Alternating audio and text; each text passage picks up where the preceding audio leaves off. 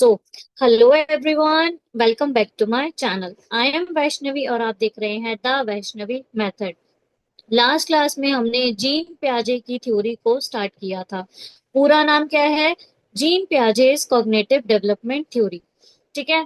First part हम कर चुके हैं, आज इस थ्योरी का करने वाले हैं हम पार्ट टू।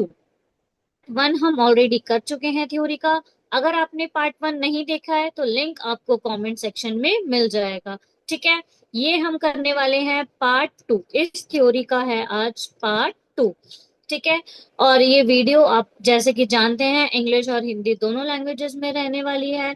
और ये सिर्फ सीटेट के लिए ही नहीं बल्कि DSSS, आपका NVS, कोई भी टीचिंग एग्जाम आप देने वाले हैं, KVS, UP TET, M TET, कोई भी टीचिंग एग्जाम आप देने जा रहे हैं उसके लिए ये बहुत ही ज्यादा इम्पोर्टेंट थ्योरी है। ठीक है। तो बिना टाइम वेस्ट करे वीडियो को स्टार्ट करते हैं। और वीडियो स्टार्ट करने से पहले आप जानते हैं ये हमारी वीडियो का रिचुअल है कि आपको चैनल को सबसे पहले सब्सक्राइब करना है, उसके बाद आगे बढ़ना है। ठीक है। चलो अब थोड़ा सा थ्योरी का रिकैप कर लेते हैं। ठीक है। हमने लास्ट क्लास में क्या पढ़ा था? जो जीन प्याजे हैं वो एक रेडिकल कंस्ट्रक्टिविस्ट हैं। सबसे पहली बात, वो कहाँ के रहने वाले हैं? वो स्विट्जरलैंड के रहने वाले हैं, इसीलिए इनको हम बोलते हैं स्विस साइकोलॉजिस्ट। ठीक है। और इनको रेडिकल कंस्ट्रक्टिविस्ट के नाम से जाना जाता है। कंस्ट्रक्टिविस्ट मीन्स क्या था? जो जो ये मानते हैं कि बच्चा अपनी नॉलेज को खुद कंस्ट्रक्ट करता है, बच्चा अपनी नॉलेज को खुद बनाता है, बच्चा जो है लिटिल साइंटिस्ट है। ठीक है, इनका मानना ये था। और अब इनको किस किस नाम से जाना जाता है? इनको father of developmental psychologist, father of child psychology, इन दोनों के नाम से जाना जाता है। ये दोनों के जनक हैं, डेवलपमेंटल साइकोलॉजी के और चाइल्ड साइकोलॉजी के जनक जीन प्याजे को माना जाता है। और इनकी थ्योरी डिसकॉन्टिन्यूअस मानी जाती है बिकॉज इन्होंने अपनी थ्योरी को स्टेजेस में बांटा है। इनके अकॉर्डिंग डेवलपमेंट जो है एक पर्टिकुलर एज के बाद, जो कि इनके अकॉर्डिंग 14 to 15 ईयर्स है, 14 to 15 ईयर्स की एज के बाद डेवलपमेंट जो है बच्चे की वो रुक जाती है। इसीलिए इनकी थ्योरी को डिसकॉन्टिन्यूअस माना जाता है। तो आज की वीडियो में हम बात करने वाले हैं इनकी स्टेजेस के बारे में। इनकी थ्योरी को डिसकॉन्टिन्यूअस इसलिए माना जाता है बिकॉज इन्होंने अपनी थ्योरी में स्टेजेस दिए हैं। तो आज की वीडियो में हम स्टेजेस के बारे में ही पढ़ने जा रहे हैं। तो चलो वीडियो को स्टार्ट करते हैं, स्टेजेस को वन बाय वन पढ़ते हैं। So this is the stage one of this theory. इसको हम बोलते हैं सेंसरी मोटर स्टेज। ठीक है। क्या नाम है इस स्टेज का? Sensory motor stage. ये जो स्टेज है ये 0 से 2 साल के बच्चे तक की होती है। जीरो का मतलब है यहाँ पे बर्थ। बर्थ से 2 साल तक के बच्चे को हम सेंसरी मोटर स्टेज में काउंट करते हैं। ठीक है। सेकंड पॉइंट है children learn with their senses and with their motor activities. मतलब बच्चा जो है प्याजे के अकॉर्डिंग बच्चा अपने सेंसेस से सीखता है। कितने सेंसेस होते हैं हमारे? टोटल 6 सेंसेस होते हैं, जो है seeing, hearing, touching, grasping, testing. ये सारी चीजों से बच्चा सीखता है। और मोटर एक्टिविटीज मतलब एक्टिविटी करके बच्चा खुद एक्टिविटी करके अपनी नॉलेज को कंस्ट्रक्ट करता है। आई होप समझ आया होगा। मतलब टीचर्स जो हैं बच्चे की इस स्टेज में टीचर किसको माना जाता है? सेंसेस को। Senses are teachers in this stage. इस स्टेज के अंदर बच्चे के टीचर किसको माना जाता है? सेंसेस को, क्योंकि बच्चा सेंस से सीखता है अपनी। Touching, grasping, grasping means feel, touch करना, फील करना, टेस्ट करना, देखना, सी करना, हियर करना, सुनना, मतलब इन सारी सेंसेस से बच्चा जो है सीखता है। समझ आया? अब next is object permanence. Object permanence क्या? देखो, अब स्टार्टिंग में ऑब्जेक्ट परमानेंस पहले होता क्या है ये समझते हैं। मीन्स जब एक छोटा बच्चा होता है, छोटे बच्चे के सामने आप मोबाइल फोन लाते हो, ठीक है, बच्चा बहुत खुश होता है, मोबाइल फोन की लाइट देख के खुश होता है, उसकी साउंड सुन के खुश होता है, ठीक है। अब जब क्या है, आप बच्चे के सामने से फोन हटा देते हो तो बच्चा उसको भूल जाता है। वो ये भी भूल जाता है कि मोबाइल नाम की कोई चीज इस वर्ल्ड में एग्जिस्ट करती है, ठीक है। इसको हम बोलते हैं out of site, out of mind. Means जब तक बच्चे की आंखों के सामने कोई चीज प्रेजेंट है तब तक वो इस वर्ल्ड में भी प्रेजेंट है बच्चे के लिए। बट जैसे ही आप बच्चे की आंखों के सामने से वो चीज को हटा देते हो तो बच्चे के माइंड से भी वो चीज निकल जाती है, वो ये भी भूल जाता है कि इस वर्ल्ड में वो चीज भी एग्जिस्ट करती है। समझ आया? इसको हम बोलते हैं out of site, out of mind, ठीक है। अब ऑब्जेक्ट परमानेंस की बात आती है तो ऑब्जेक्ट परमानेंस क्या है, जब बच्चा थोड़ा सा बड़ा होने लगता है। बात हम सेंसरी मोटर स्टेज में ही कर रहे हैं। सेंसरी मोटर स्टेज में आप मान लो 0 से 1 ईयर की एज में ऑब्जेक्ट परमानेंस नहीं आती, ठीक है। और ऑब्जेक्ट परमानेंस नहीं आती, और 1 से 2 ईयर की एज में ऑब्जेक्ट परमानेंस अचीव हो जाती है। मींस ऑब्जेक्ट परमानेंस होती भी है इस एज में और नहीं भी होती। ऑब्जेक्ट परमानेंस अचीव कैसे का मतलब क्या है, कि जब आप बच्चे के सामने कोई चीज लाते हो, बच्चा खुश हो जाता है वो देख के, बट जब आप उसकी आंखों के सामने से वो चीज हटा देते हो तो बच्चा उस चीज को पाने के लिए या देखने के लिए रोता है। अब क्या है, उसको ये माइंड में पता है कि ये चीज एग्जिस्ट करती है इस वर्ल्ड में और मुझे ये चीज चाहिए। अब उसके आउट ऑफ साइट और आउट ऑफ माइंड वाला सीन नहीं है। अब उसको ये पता है कि हाँ इन्होंने ये कहीं छुपा दिया है और मुझे ये चीज चाहिए, उसके लिए वो रोता है। This is object permanence. समझ आया? ऑब्जेक्ट परमानेंस नहीं होता स्टार्टिंग में 0 से 1 ईयर की एज में, बट 1 से 2 ईयर की एज में आते आते ऑब्जेक्ट परमानेंस अचीव हो जाता है। समझ आया? नेक्स्ट पॉइंट पे चलते हैं, जो है goal oriented behaviour. Goal oriented behaviour क्या है? मींस बच्चा जो है कोई शैतानी करने के लिए या कोई ऑब्जेक्ट लेने के लिए गोल बना देता है कि मुझे ये ऑब्जेक्ट चाहिए, उसके लिए वो बहुत मेहनत करता है। वो कुछ भी करके ना उस ऑब्जेक्ट को पाने की कोशिश करेगा। जैसे आपने कहीं फोन छुपा दिया, अब बच्चे को तो पता है कि फोन तो एग्जिस्ट करता है, मुझे फोन चाहिए, तो बच्चा पूरी कोशिश करेगा वो फोन ढूंढने की। उसको ये मतलब देखना है कि फोन कहाँ पे रखा है, वो गोल, फोन को अचीव करना उसके लिए गोल बन जाता है, वो उसके लिए कुछ भी करने को तैयार हो जाता है, ठीक है। इसको बोलते हैं गोल डायरेक्टेड बिहेवियर। अब बात आती है इमिटेशन की। इमिटेशन इस एज में, इमिटेशन जो होता है मींस नकल करना। इमिटेशन का मतलब होता है नकल करना।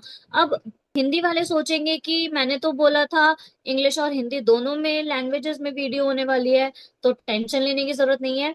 ये वाली स्लाइड इंग्लिश की है, एक से नेक्स्ट स्लाइड जो है वो हिंदी वालों के लिए भी है। मैं आपको दिखा देती हूँ। देखो जैसे कि आप देख सकते हैं स्क्रीन पे, ये वाली स्लाइड हिंदी वालों के लिए है, ठीक है। वो इंग्लिश वालों के लिए थी, ये हिंदी वालों के लिए। हम बात कर रहे हैं अनुकरण की। अनुकरण का मतलब क्या है? नकल उतारना। बच्चा जो है वो नकल उतारता है, बड़ों की नकल उतारता है, या उसके सामने जो भी होता है वो उसकी नकल उतारने की कोशिश करता है। समझ आया? अब एक नोट है, बच्चे सक्रिय रूप से सीखने वाले होते हैं और अपने अनुभव से सीखते हैं, और उन्हें बड़ों से किसी प्रेरणा की आवश्यकता नहीं होती। मीन्स बच्चों को मोटिवेशन की जरूरत नहीं होती किसी बड़े से। इस एज में बच्चा अपने आप सीखता है, अपने आप नॉलेज को कंस्ट्रक्ट करता है, बच्चा लिटिल साइंटिस्ट होता है। उसको बड़ों से मोटिवेशन की जरूरत नहीं होती, वो खुद ब खुद कुछ ना कुछ एक्टिविटी करके सीखता ही रहता है, एक्सपीरियंस न्यू न्यू ग्रास्प करता रहता है। समझ आया? ये पूरी थ्योरी, ये पूरी स्टेज थी फर्स्ट से। फर्स्ट स्टेज जिसको हम बोलते हैं सेंसरी मोटर स्टेज, 0 से 2 ईयर्स तक की ये स्टेज होती है, ठीक है। नेक्स्ट स्टेज पे चलते हैं। नेक्स्ट स्टेज क्या है? Here is the next stage. This is pre-operational stage, stage 2। ये होती है 2 से 7 ईयर्स तक के बच्चों की, ठीक है। अब सबसे पहले इसमें आता है प्री स्कूल एज। बच्चे जो होते हैं अब प्री स्कूल में जाना स्टार्ट कर देते हैं, जिसको हम बोलते हैं प्लेवे एज। बच्चा जो है खेल कूद करके सीखता है। इसमें है एक तो है सिंबॉलिक स्टेज होती है और एक इंट्यूटिव स्टेज होती है। सिंबॉलिक स्टेज में मतलब children begin to use language, symbols and mental imagery. Means बच्चा जो है यहाँ पे सिंबल्स के थ्रू सीखने लग जाता है। लैंग्वेज जो है बच्चे की वो सिंबल्स के थ्रू आप ज्यादा अच्छे से सिखा पाओगे, बच्चा सिंबल्स को ज्यादा अच्छे से याद रख पाएगा इस स्टेज में। समझ आया? अब next is intuitive stage, means children thinking is based on intuition.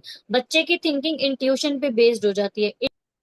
Intuition का मतलब होता है कि अंतर्ज्ञान, बच्चे का अंतर्ज्ञान। बच्चा जो है तर्क लगाकर नहीं सोचता, मतलब रीजनिंग से नहीं सोचता, बच्चा अपने अंतर्ज्ञान से सोचने लग जाता है, मतलब इंट्यूशन। उसको जो लगता है ना, जो फील होता है, वही उसके लिए रियलिटी बन जाती है। एंड नॉट ऑन लॉजिक, बच्चा लॉजिक नहीं लगाता चीजों में। मतलब उस वो बहुत ज्यादा क्यूरियस होता है सब कुछ जानने के लिए, वाई क्वेश्चंस पूछता है बहुत ज्यादा। ऐसा क्यों हुआ, ऐसा क्यों करा आपने, या ऐसा क्यों हुआ, वाई क्वेश्चन बहुत ज्यादा पुटअप करता है इस एज में। ठीक है, बच्चा बहुत ज्यादा क्वेश्चनिंग हो जाता है, क्यूरियस हो जाता है जानने के लिए, कि उसको सब कुछ जानना होता है कि ऐसा क्यों हुआ। ठीक है। अब next point is animism. Animism का मतलब है बच्चा जो है वो नॉन लिविंग थिंग को भी लिविंग मानने लग जाता है। मीन्स उसका टूथब्रश अगर गिर गया तो वो उसके लिए बहुत ज्यादा रोने लग जाएगा कि मेरे टूथब्रश को चोट लग गई, मैं उसको दवा लगा देता हूँ, या मैं मतलब उसको कुछ ऐसे पट्टी बांध देता हूँ, उसके चोट लग गई, टूथब्रश गिर गया मेरा। वो नॉन लिविंग थिंग्स को भी लिविंग मानने लग जाता है। ठीक है। बात आती है ईगोसेंट्रिज्म की। ईगोसेंट्रिज्म क्या है? वो अपने अलावा किसी और का पर्सपेक्टिव ही नहीं समझ पाता इस एज में। बच्चा सेंटर में है और पूरी दुनिया उसके इर्द गिर्द घूम रही है, मतलब पूरी दुनिया सिर्फ उसी को ही सुनेगी और उसी की ही मानेगी। बच्चा अपने आप को सेंटर में रखता है, वो अपने अलावा किसी और का पर्सपेक्टिव नहीं समझ पाता, किसी और की बात को नहीं समझ पाता। जो मैं बोल रहा हूँ वही सही है और वही करो आप, ऐसे बोलेगा बच्चा इस एज में। समझ आया? अब कलेक्टिव मोनोलॉग है एक टॉपिक है इसी स्टेज के अंदर। कलेक्टिव मोनोलॉग होता है कि जब एक ग्रुप ऑफ पीपल एक साथ कोई एक बात कर रहे होते हैं, बट आपस में एक दूसरे से नहीं कर रहे होते, वो वैसे ही बोल रहे होते हैं ग्रुप में। इसका बेस्ट एग्जांपल है प्रेयर इन स्कूल। स्कूल के अंदर प्रेयर करते हुए आपने बच्चों को बहुत बार देखा होगा। जब ग्रुप ऑफ पीपल मतलब बहुत सारे बच्चे एक साथ प्रेयर कर रहे हैं, ठीक है, पर वो आपस में एक दूसरे से तो बात नहीं करते, वो बस प्रेयर गा रहे हैं, इसको बोलते हैं कलेक्टिव मोनोलॉग। समझ आया? Next is irreversible thinking. इस स्टेज में बच्चे के अंदर इरिवर्सिबल थिंकिंग होती है। इरिवर्सिबल थिंकिंग मतलब वो सिर्फ एक ही चीज का पर्सपेक्टिव समझ पाता है। मीन्स इसका बेस्ट एग्जांपल मैं आपको देती हूँ। बच्चा जब घर से स्कूल जाता है, घर से स्कूल जाने तक का रास्ता बच्चे को पता होता है, बट इरिवर्सिबल थिंकिंग का मतलब क्या है? स्कूल से घर आने का रास्ता बच्चा नहीं बता पाता। ठीक है। अब उसके अंदर ये नॉलेज नहीं है कि जैसे हम घर से स्कूल गए हैं वैसे ही स्कूल से घर भी वापस आएंगे। मीन्स रिवर्स नहीं कर पाता थिंकिंग को, इरिवर्सिबल होती है उसकी थिंकिंग। स्कूल से घर तक का रास्ता तो बता देगा वो, घर से स्कूल तक का रास्ता तो बता देगा वो, बट स्कूल से घर वापस कैसे आना है उसका रास्ता वो नहीं बता पाएगा। This is irreversible thinking. समझ आया? Next is सेंट्रेशन। सेंट्रेशन होता है looking at only one aspect of a problem. सिर्फ एक ही एस्पेक्ट को समझना, प्रॉब्लम की एक ही एस्पेक्ट को समझना। अब मैं इसमें आपको बताती हूँ, देख, मेरे पास दो बॉटल्स हैं, एक ये बॉटल है और एक ये बॉटल है। ठीक है। मैंने इस बॉटल का पानी जो है वो ट्रांसफर कर दिया इस बॉटल में।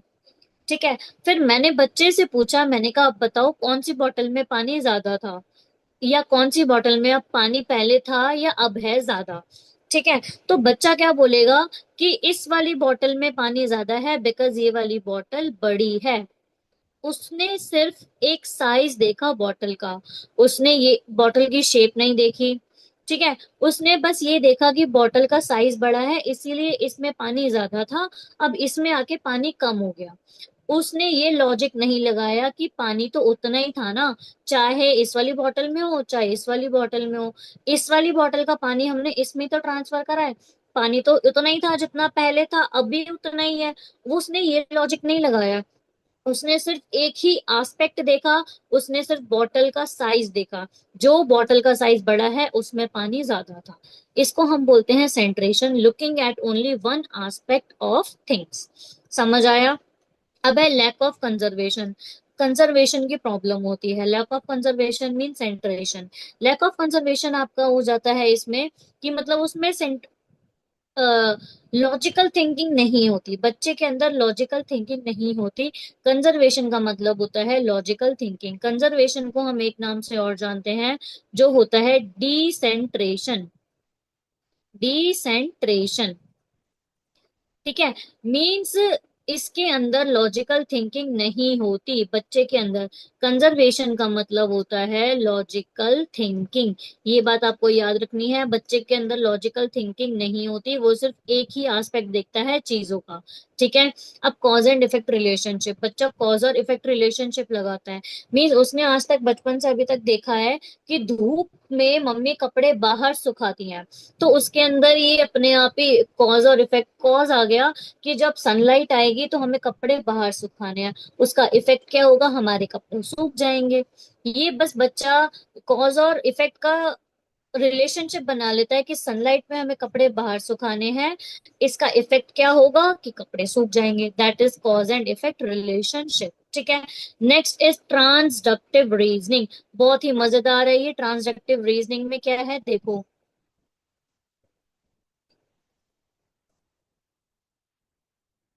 ट्रांसडक्टिव रीजनिंग में है बच्चा इलॉजिकल, मतलब कोई भी दो प्रॉब्लम्स को एक साथ जोड़ देता है।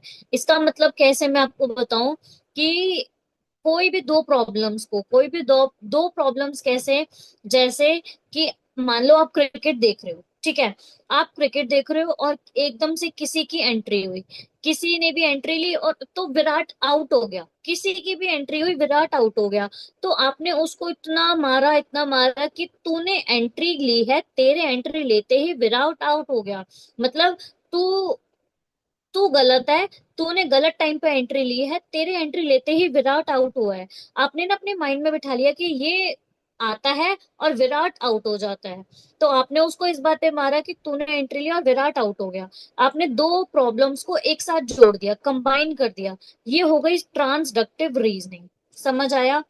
नेक्स्ट है आपका सिंबॉलिक थॉट। सिंबॉलिक थॉट है मतलब बच्चा सिंबल्स के थ्रू सोचने लग जाता है। सिंबल्स, अभी मैंने आपको बताया सिंबॉलिक स्टेज है, सिंबल्स के थ्रू बच्चा सीखने लग जाता है, और ये बहुत अच्छी बात है। आप बच्चे को सिंबल्स के थ्रू सिखाओ ताकि बच्चा लॉन्ग टर्म तक उसको याद रख पाए। ठीक है। आज के लिए इतना ही रखते हैं। आज हमने दो स्टेजेस पढ़ी हैं, दो स्टेजेस बाकी हैं जो हम पार्ट 3 में पढ़ेंगे। समझ आया? आई होप आपको ये वीडियो अच्छी लगी होगी। मैंने आज दो स्टेजेस पढ़ाई हैं, आपको ये दो स्टेजेस बहुत अच्छे से समझ आई होंगी। कोई भी डाउट है अगर, तो आप अपने डाउट को कमेंट सेक्शन में मुझे बता सकते हो। ठीक है। ये स्लाइड मैं आपको हिंदी में भी दिखा देती हूँ, हिंदी वाले बिल्कुल परेशान ना हो। हिंदी में ये है पूरी स्लाइड, आप देख सकते हो, आप चेक कर सकते हो। ठीक है। सो कमेंट्स में जरूर बताना आपको ये वीडियो कैसी लगी, और मैं पार्ट 3 भी बहुत जल्दी लेकर आऊंगी। ठीक है। Do like, share, comment and subscribe to my YouTube channel, which is the Vaishnavi method. Thanks for watching.